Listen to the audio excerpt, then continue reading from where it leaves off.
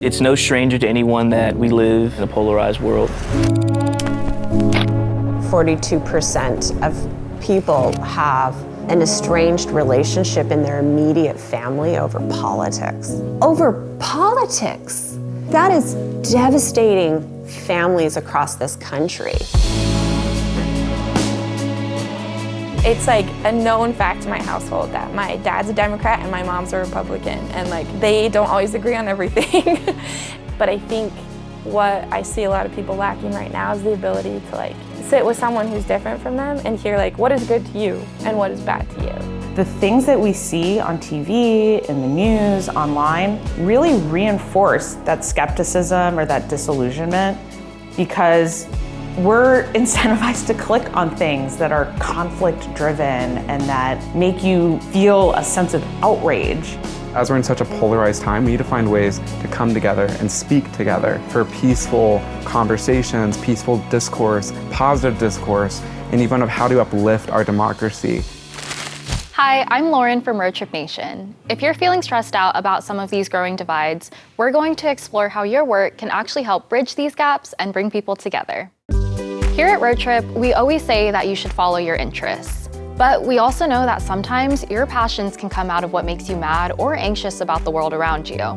So if you're someone who's concerned about polarization and wants to find ways to bring people together, we're going to show you how 3 people are actively accomplishing this and talk through some big lessons you can take away from their stories as you plan out your career path.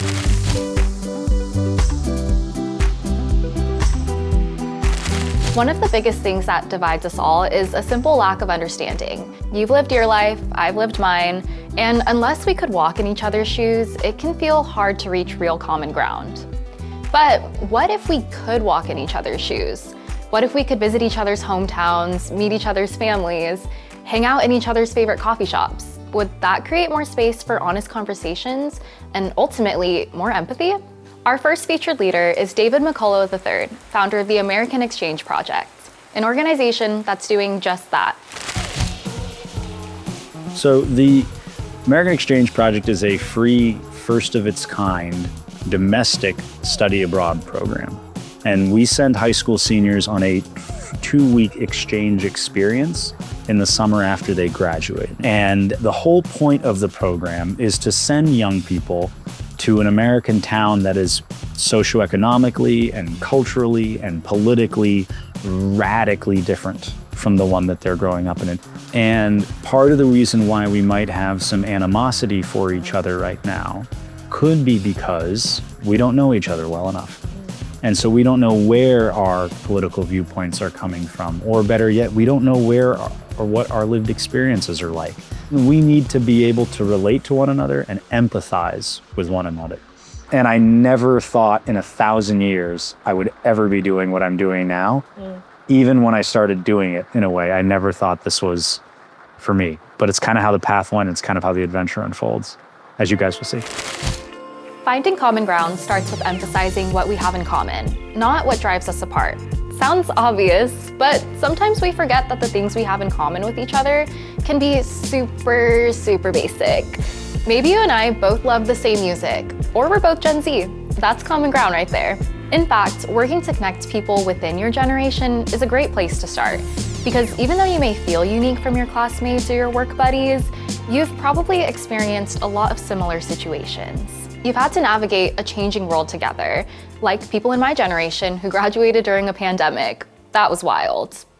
To learn more about the power of bridging divides within your generation, we visited Layla Zayden at an organization called Future Caucus, who's working to bring Gen Z politicians together to create major cross-partisan progress. Future Caucus exists so that we can help young elected officials build a generational identity, not a partisan identity. And so what that looks like is helping them build relationships across divides so that political polarization is not what's standing in the way of getting big problems solved. You know, one of my favorite wins over the past few years is in Kansas. We have a Kansas Future Caucus, so young Democrats and young Republicans, and they started going axe throwing just as a way to get people to show up and hang out with each other. And they were not throwing the axes at each other, they were throwing them at a target. And from that developed these real bonds of trust and affection. They started working on legislation together. They have a bill signed by the governor that made it more affordable for young people to afford a house as first-time home buyers. Young people today are running for office, are serving, and are doing the hard counterculture work of finding places where they can build coalitions to get things done with people who come from different backgrounds, different political parties, different economic situations than them, in service of building a bigger us. And so in my job at Future Caucus, I get to see that every single day. I get to help those people be successful in that pursuit. And I get kind of a sneak peek of what I think the next few years of our democracy could look like with more young people in charge. And so I feel hopeful every day. Finally, bringing people together and bridging divides sometimes means leaning into discomfort. Look, disagreements come from a place of caring deeply, sometimes too deeply. But the fire behind our more heated discussions can't just be ignored. The fact that we're all feeling so much tension right now means that there's really nowhere to go but up to build better bridges and find new paths to discussion, understanding, and ultimately change for the better. So for our last bit of wisdom, we visited a true expert on democracy, Professor Danielle Allen. And she wants to tell you why now is the perfect time for you to get into the work of bringing people together for the common good. So in 2013, Congress had an approval rating of 9%. And that was my red alert moment where I was like, what? Yeah, like if we the people don't approve of our own voice, because Congress is supposed to be our voice, right? At the rate of like 9% of us only approve of it, it's broken. And so I started asking the question of, okay, how can we renovate this democracy so that it can actually solve our shared problems? So in the United States, for example, the end of the 19th century concluded with what historians call the Gilded Age. We might call it the first Gilded Age. Huge inequality, huge concentration of power in the robber barons, as they were called at the time. And that yielded then this incredible era of renovation, where we got direct election of senators, for instance, where women got the right to vote. And so there was a real democratization of how our institutions were working. I would say we've been living in another Gilded Age. So I think our new Gilded Age, the second Gilded Age, is likely to be followed by 20 years of very substantial renovation of our institutions. So I think we've been incredibly fortunate in this country that we actually have a system that's highly adaptable and evolutionary. And so it's true. I mean, we have sort of set a world record for the longevity of a system of self-government. It's never been a perfect system. So many people were excluded from it in the beginning or dominated by it.